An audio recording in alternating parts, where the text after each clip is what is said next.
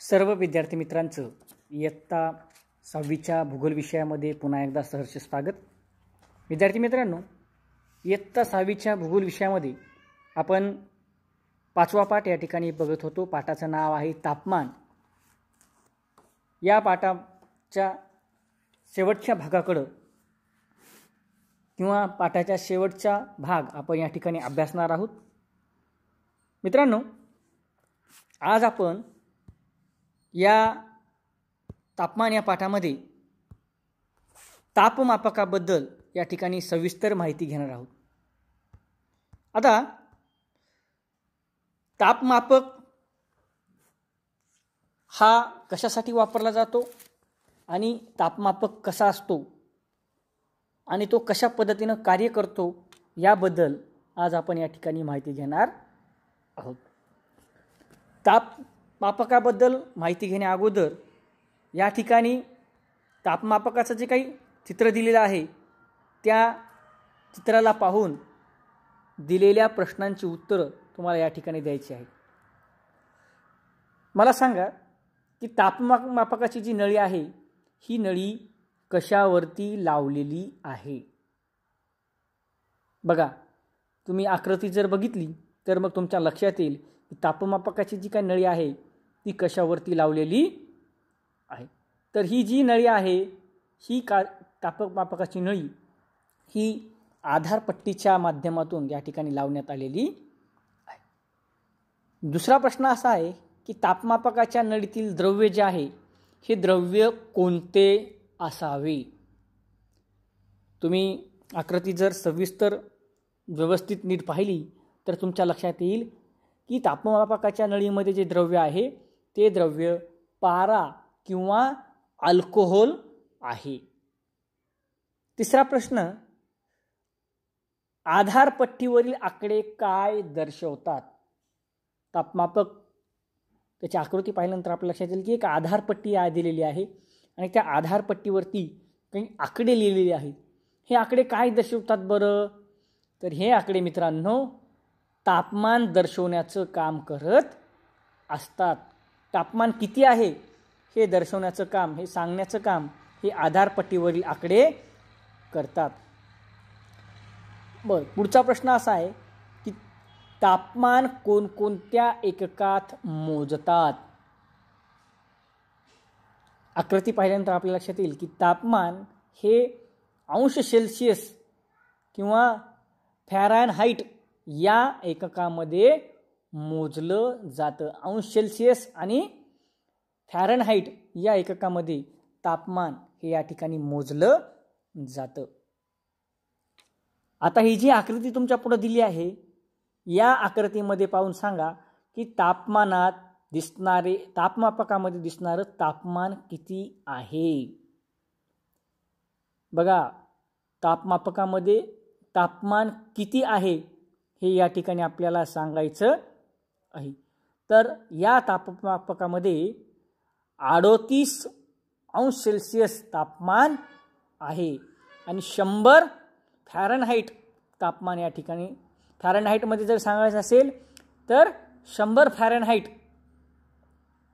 आणि जर आपल्याला सेल्सिअसमध्ये सांगायचं असेल तर 38 अंश सेल्सिअस या ठिकाणी तापमान आपल्याला या आकृतीमध्ये या तापमापकामध्ये आपल्याला बघायला मिळतं। बरं, आता हे जे तापमान आहे हे साधारण कोणत्या ऋतूतील असेल। 38 अंश तापमान जे आहे ते खूप जास्त तापमान आहे।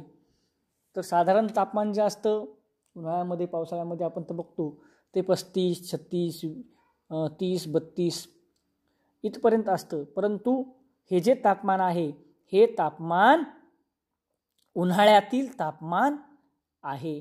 ही गोष्ट, कारण तापमान जास्त आहे, 38 अंश सेल्सिअस तापमान म्हणजे खूप जास्त तापमान आहे। तर हे तापमान उन्हाळ्यामधलं तापमान आहे, हे आपल्याला या ठिकाणी लक्षात घ्यावं लागेल। आता आपण तापमापकाबद्दल या ठिकाणी माहिती घेणार आहोत।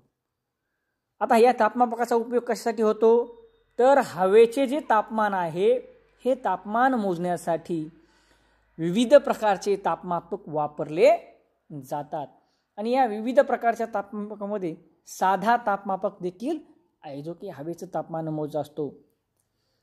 आणि या तापमापकामध्ये पारा किंवा अल्कोहोल हे या ठिकाणी द्रव्य वापरण्यात येतं. आता पारा आणि अल्कोहोलच का? तर त्याचं कारण असं आहे की पाऱ्याचा जो काही गोठणबिंदू आहे हा गोठणबिंदू 39°C आहे.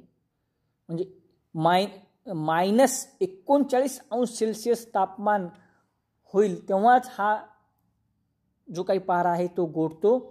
कारण इतक्या खाली तापमान कधी जातच नाही.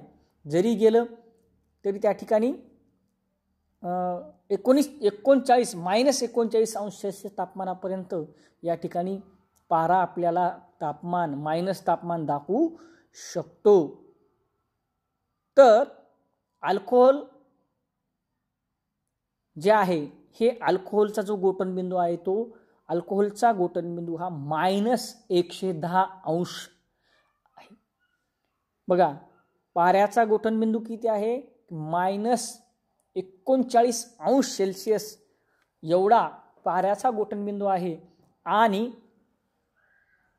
या ठिकाणी अल्कोहोल जे आहे त्याचा गोठणबिंदू जो आहे हे -130°C हा अल्कोहोल या ठिकाणी गोठत असतो. ही जी द्रव्य आहेत ही द्रव्य तापमान बदलास अत्यंत संवेदनशील असतात. थोडं जरी तापमान कमी जास्त झालं तरी हे दाखवण्याचं काम ही द्रव्य करत असतात. त्यामुळं तापमानातील -30°C पर्यंत पासून ते +55°C पर्यंतचा फरक या द्रव्याच्या सहाय्यानं आपण पाहू शकतो. आपण बघतो 0°C बर्फ त्या ठिकाणी पाण्याचा बर्फ होतो है ना. तर 0°C खाली -1, -2, -3, -4, -5 तुम्ही कल्पना करा. 0°C जर पाण्याचा बर्फ होत असेल तर शून्याच्या खाली -1, -2, -30 पर्यंत कशा पद्धतीचे तापमान होत असेल तर त्याची कल्पना तुम्ही केल्यानंतर लक्षात येईल. आणि हे जे तापमानातील बदल आहेत ते -30°C पासून ते +55°C पर्यंतचं तापमान म्हणजे एवढं गरम तापमान आणि इतकं थंड तापमान दाखवण्याचं काम हे या ठिकाणी हे द्रव्य करत असतात. तापमान हे जे आहे हे अंश किंवा फॅरेनहाइट या एककामध्ये मोजलं जातं. आणि हे दाखवण्यासाठी अंश C किंवा अंश F असे या ठिकाणी मांडण्यात येतं. अंश म्हणजे अंश C आणि अंश फॅरेनहाइट म्हणजे अंश F अशा पद्धतीनं आपल्याला या ठिकाणी तापमान लिहिलं जातं किंवा सांगितलं जातं. तर तुम्ही जर आकृती व्यवस्थित बघितली तर तुमच्या लक्षात येईल. तापमापकाच्या साहाय्यानं तापमानातील फरकाची कमाल आणि किमान दैनंदिन नोंद ठेवता येते. हे जे तापमापक आहे या तापमापकाच्या साहाय्यानं तापमानातील जी काही दैनंदिन नोंद आहे याच्यामध्ये कमाल म्हणजे काय तर जास्तीत जास्त आणि किमान म्हणजे कमीत कमी. कमाल आणि किमान तापमान दैनंदिन म्हणजे रोजचं तापमान आपण याच्यामध्ये नोंदवू शकतो. आणि हे जे हवेचं तापमान आहे हे हवेचं तापमान अंश किंवा सेल्सिअस या एककामध्ये मोजलं जातं. बघा परत सांगतोय हवेचे तापमान हे सेल्सिअस या एककामध्ये मोजलं जातं. तर अशा पद्धतीने मित्रांनो हा जो पाठ आहे हा पाठ या ठिकाणी संपलेला आहे. तर अशाच पद्धतीनं आपण पुढील पाठाबद्दल उद्याच्या तासिकेमध्ये माहिती घेणार आहोत. तत्पूर्वी पाठाच्या शेवटी पान नंबर 30 वरती तुम्हाला क्यू आर कोड दिलेला आहे. या QR कोड तुम्ही मोबाईलमध्ये स्कॅन करायचा आहे आणि याच्यामध्ये जी काही दिलेली माहिती आहे जी काही प्रश्न उत्तर आहेत ते तुम्ही घरी सोडवायचे आहे. तर या ठिकाणी आपण थांबूया. भेटूया उद्याच्या तासिकेमध्ये. थँक्यू.